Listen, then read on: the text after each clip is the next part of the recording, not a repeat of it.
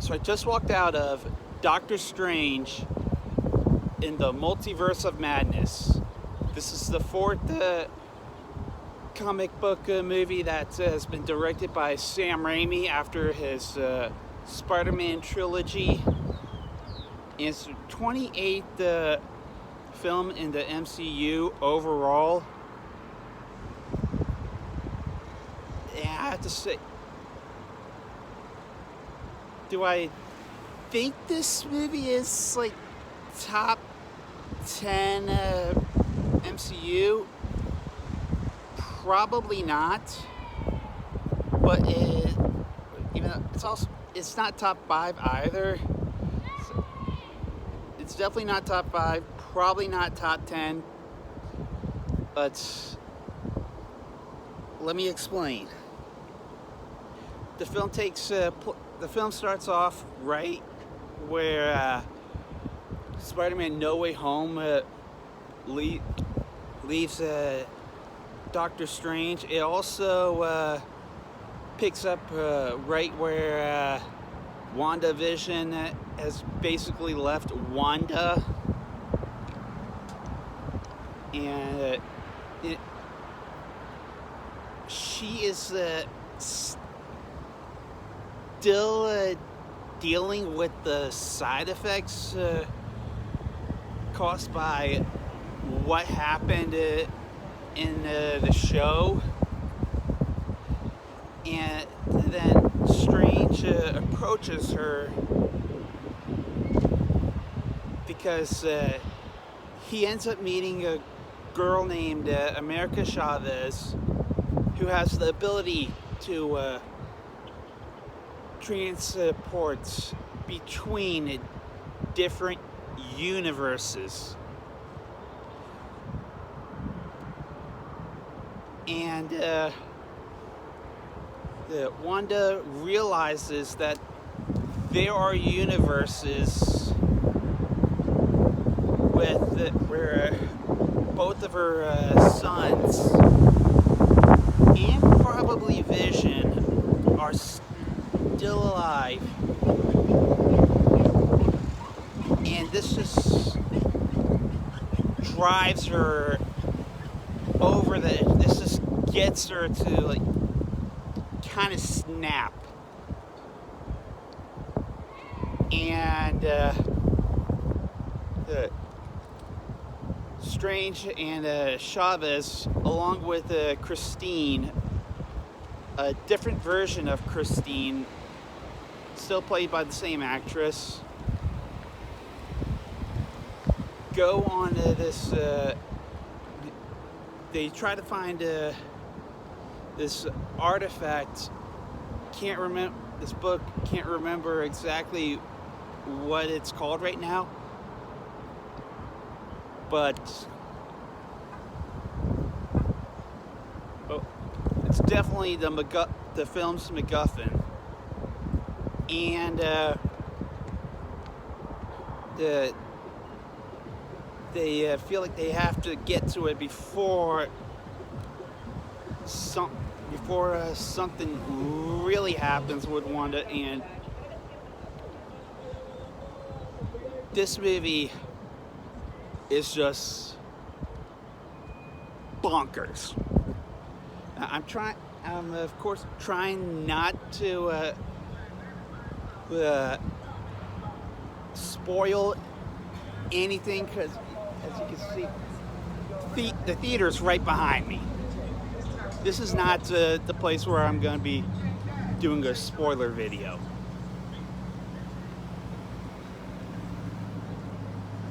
Yeah, this movie is a lot of fun. It's not top 5, definitely not top 5 Marvel Cinematic Universe. It's maybe not top 10, but to be fair, this is the 28th film in this universe. And then there are also the Disney Plus shows. I'll admit I have not seen Moon Knight yet.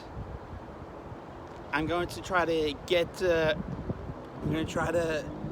watch it whenever I get ever get a chance, is right now with the work and YouTube.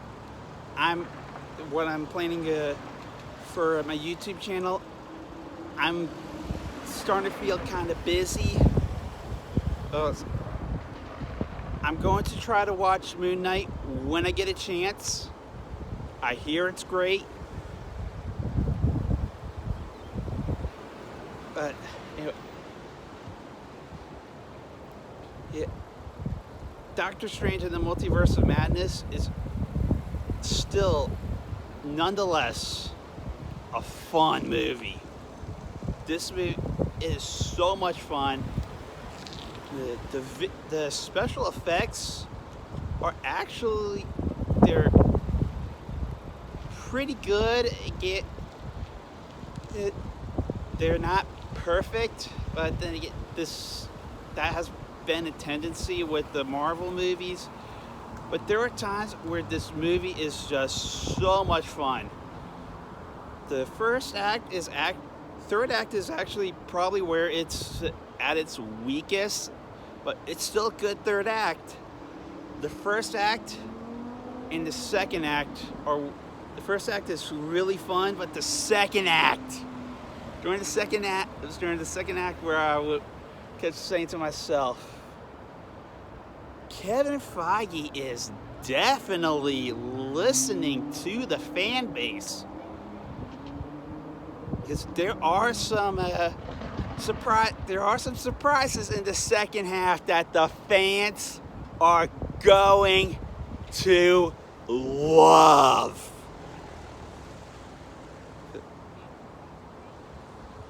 You know, one of the best parts of the second act, this is really not something that's a spoiler. We knew that they were going to bring back Chiwetel Ejiofor as Mordor, and during the second act, there's a scene where Strange and Mordor are actually fighting each other, and it's a quick fight, but it is a fun one. It actually takes place during a huge action sequence with a lot that involve a lot of the surprises, and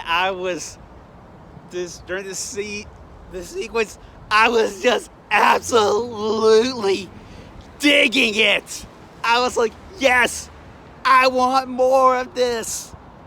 This is awesome. And so are the performances in this movie.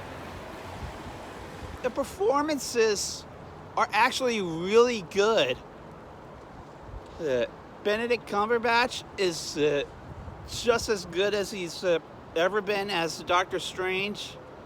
The actress who plays America Chavez, I can't remember her name, but she is fun to watch in this movie, and I would actually like to see her in more movies, because I think if you give her the right script and if you give her the right stuff to work with, she could actually amount to something. But of all three of the biggest leads in the film, the one that I feel, or actually technically four leads of the film, because there's Rachel McAdams, she's rather prominent in the film. But of all of the leads in the film, the one that actually probably definitely stands out the most for me was Elizabeth Olsen. This is her best performance as Scarlet Witch, and I have to say, if this film gets nominated for an Oscar in any of the acting categories, she is the one who's getting it. She gives the best performance of anybody in the film.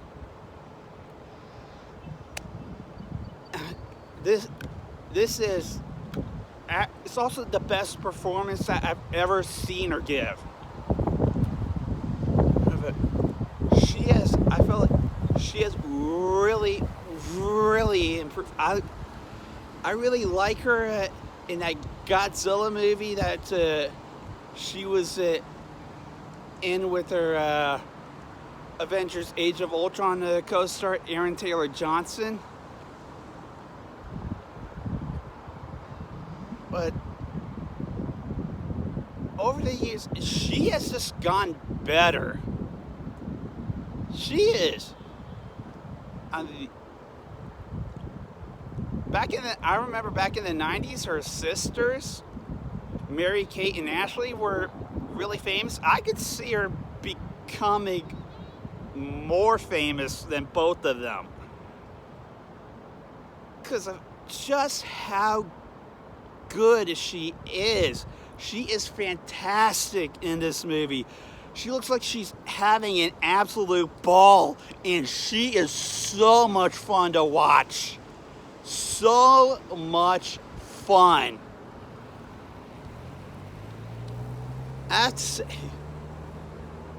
This is another one of those good MCU movies. It's not the best one, but Sam Raimi does a really good enough job. He really does a good enough job to make it one of the most entertaining films in the MCU. It's not just an MCU film. It doesn't feel like it's just an MCU film. It didn't to me. I sat there thinking to myself, this feels like a Sam Raimi MCU film.